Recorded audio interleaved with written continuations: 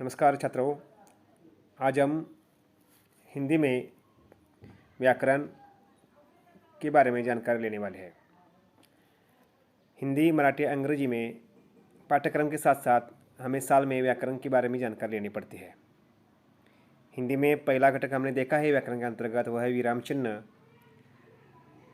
उसके बाद आज का जो घटक है वह है शब्दभेद।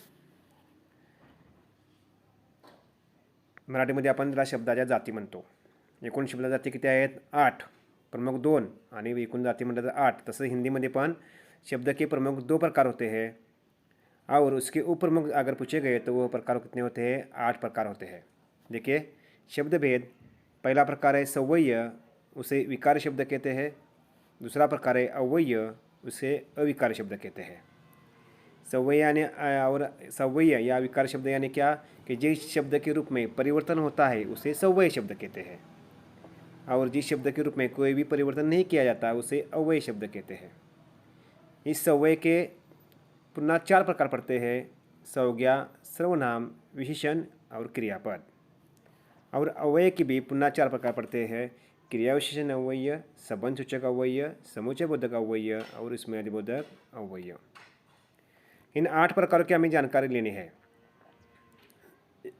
इन 8 प्रकार के बारे में जानकारी लेते समय इसके भी हर एक प्रकार के और उप प्रकार है, इसकी भी बारे में जानकारी लेनी है। प्रमुख 8 प्रकार, उसमें से पहला आज हम देखते हैं संज्ञा। संज्ञा के यानी क्या, संज्ञा की परिभाषा कैसी है और संज्ञा के उप प्रकार कौन कौन से हैं, इसके बारे में जानकारी आज हम देखने वाले हैं। संज्ञा, चलिए देखते हैं संज्ञा। किसी व्यक्ति, वस्तु, स्थान या भाव के नाम को संज्ञा कहते हैं। जैसे रोहन, कलम, बिल्ली, आगरा आदि। देखिए, रोहन व्यक्ति का नाम है, कलम वस्तु का नाम है, बिल्ली एक वस्तु का व्यक्ति का नाम है, आगरा स्थान का नाम है। इस संज्ञा के 5 भेद है। किसी भी व्यक्ति, वस्तु, नाम को हो तो उसे संज्ञा कहते हैं। 5 भेद: पहला व्यक्तिवाचक संज्ञा, दूसरा जातिवाचक संज्ञा, तीसरा भाववाचक संज्ञा, चौथा समूहवाचक संज्ञा और 5वां है द्रव्यवाचक संज्ञा। अब हम हर एक प्रकार के बारे में जानकारी लेंगे। पहला व्यक्तिवाचक संज्ञा, जिस शब्द से किसी विशेष व्यक्ति, वस्तु या स्थान के नाम का बोध हो उसे व्यक्तिवाचक संज्ञा कहते हैं। सिर्फ एक ही व्यक्ति का बोध, एक ही वस्तु का नाम का बोध हमें यहाँ पर मिलता है। जैसे राम, रोहन, गीता, शुभम, गंगा, हिमालय आदि। देखिए, राम, रोहन, गीता, शुभम, गंगा एक ही व्यक्ति के, एक ही वस्तु के नाम है। उसमें अनेक जाति का बोध हमें नहीं मिलता, सिर्फ एक ही वस्तु का, व्यक्ति का बोध हमें मिलता है। दूसरा प्रकार है इसके बाद जातिवाचक संज्ञा।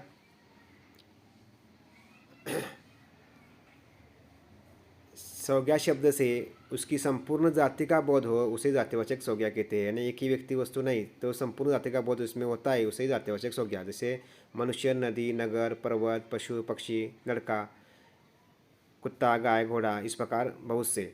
इसमें सिर्फ एक ही व्यक्ति का हमें नहीं बोध मिलता, तो पूरी जाति का बोध होता है। नदी एक ही नदी है क्या? नहीं। मनुष्य एक ही मनुष्य है क्या? सभी मनुष्य का बोध, सभी नदियों का बोध, सभी नगर का बोध, पशुओं का बोध इसमें मिलता है। आगे है समूहवाचक संज्ञा। जिस संज्ञा शब्द से वस्तुओं के समूह या समुदाय का बोध होता है उसे समूहवाचक संज्ञा कहते हैं। इसमें सिर्फ व्यक्तियों का समूह का बोध हो या वस्तु के समूह का बोध हो, जिससे मिलता है उसे हमें समूहवाचक संज्ञा कहते हैं। जैसे कि व्यक्ति का समूह यानी भीड़, जनता, कक्षा, वस्तु का समूह यानी गुच्छा, कुंज, मंडल, बाजार, परिवार, इस प्रकार समूहवाचक संज्ञा के उदाहरण हैं। इसके आगे भाववाचक संज्ञा। देखिए, भाववाचक संज्ञा, जिस संज्ञा शब्द से पदार्थों की अवस्था यानी बुढ़ापा, तारुण्य की अवस्था है, या गुण दोष, अच्छाई, बुराई, गुण दोष, धर्म आदि का बोध हो उसे भाववाचक संज्ञा कहते हैं। जैसे कि बुढ़ापा अवस्था है, मिठास गुण है, बचपन अवस्था, मोटापा अवस्था, चढ़ाई, थकावट गुण दोष है। इसी प्रकार बोध हो तो उसे भाववाचक संज्ञा। द्रव्यवाचक संज्ञा, जिस संज्ञा से नामतोल वाली वस्तु का बोध हो उसे द्रव्यवाचक संज्ञा कहते हैं। यानी नामतोल, तांबा, पित्तल, चावल, सोना, लोहा, धातु के नाम है, घी, तेल, शक्कर, दूध, ऐसे जो नाम होते हैं उसे द्रव्यवाचक संज्ञा कहते हैं। इस प्रकार आज हमने संज्ञा के भेद के बारे में जानकारी ली है। इस प्रकार आज हमने संज्ञा के भेद कौन कौन से हैं इसके बारे में जानकारी ली।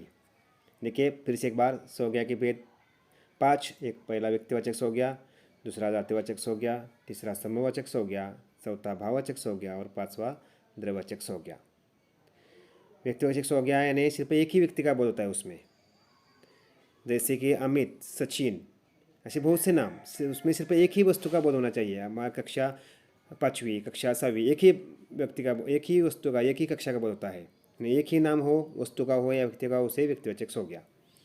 जातिवाचक संज्ञा, इसमें लड़का, कक्षा, लड़का यानी एक ही लड़का है क्या? नहीं, लड़का एक है, सॉरी, लड़के, सॉरी, उसमें लड़के है शब्द होना चाहिए। जातिवाचक संज्ञा में लड़के, कक्षा, बहुत सी कक्षाएँ आ जाती है उसमें, कक्षा 5वीं आ जाती है, 7वीं आ जाती है, 7वीं आ जाती है, हाँ, यानी उसका एक ही जाति का उसमें बोध होता है। उसी प्रकार और उदाहरण बताया जाए तो हम बता सकता हूँ उसके अंतर्गत, जैसे कि नदी, एक ही नदी है क्या? नहीं, बहुत से नदियों के नाम उसमें आ सकते हैं। पर्वत, एक ही पर्वत का नाम वहाँ पर बताया गया है क्या? नहीं, अनेक पर्वतों के नाम वहाँ पर आ सकते हैं। फूल, एक ही फूल का नाम है क्या? नहीं, अनेक फूलों के नाम वहाँ उसके अंतर्गत आ सकते हैं, इसलिए जातिवाचक संज्ञा। आगे है समूहवाचक संज्ञा। समूहवाचक संज्ञा में एक व्यक्ति वस्तु नहीं तो पूरा समूह के बारे में हमें जानकारी बोध होता है, जानकारी मिलती है, जैसे कि गुच्छ, भीड़, परिवार। देखिए गुच्छ, फूलों का गुच्छ, समूह, भीड़, अनेक लोगों की भीड़ वहाँ पर जमा हुई थी। परिवार, हमारा जहाँ घर में जितने 10-15 सदस्य होते हैं उनका मिलकर एक परिवार तैयार होता है, इसलिए समूहवाचक संज्ञा। आगे भाववाचक संज्ञा। भाववाचक संज्ञा में प्रारंभिक अवस्था या किसी के गुण, भाव दिखाए जाते हैं, जैसे कि वही लड़का ईमानदार है, वो लड़का सच्चाई से काम करता है। अवस्था में बताया जाए तो बचपन की अवस्था, जवानी की अवस्था, बुढ़ापे की अवस्था उसमें बताई जाती है कि वह बूढ़ा हो गया, इस प्रकार। ऐसे शब्द आ जाए जिसमें अच्छाई, बुराई की गुण हो या अवस्था के गुण हो या कोई भाव हो, सुख, दुख, हर्ष, प्रेम, घृणा, आश्चर्य, तो उसे भाववाचक संज्ञा कहते हैं। और आगे है द्रव्यवाचक संज्ञा। हमने देखी है कि द्रव्यवाचक संज्ञा में घी, जिस संज्ञा से किसी द्रव्य का बोध होता है, नाप तोल का बोध होता है, उसे द्रव्यवाचक संज्ञा कहते हैं। जैसे घी, शक्कर, तेल, दूध, पानी द्रव्य के नाम है, सोना, चांदी धातु के नाम है, इसलिए द्रव्यवाचक संज्ञा। आज हमने इस प्रकार संज्ञा के भेद देखे हैं।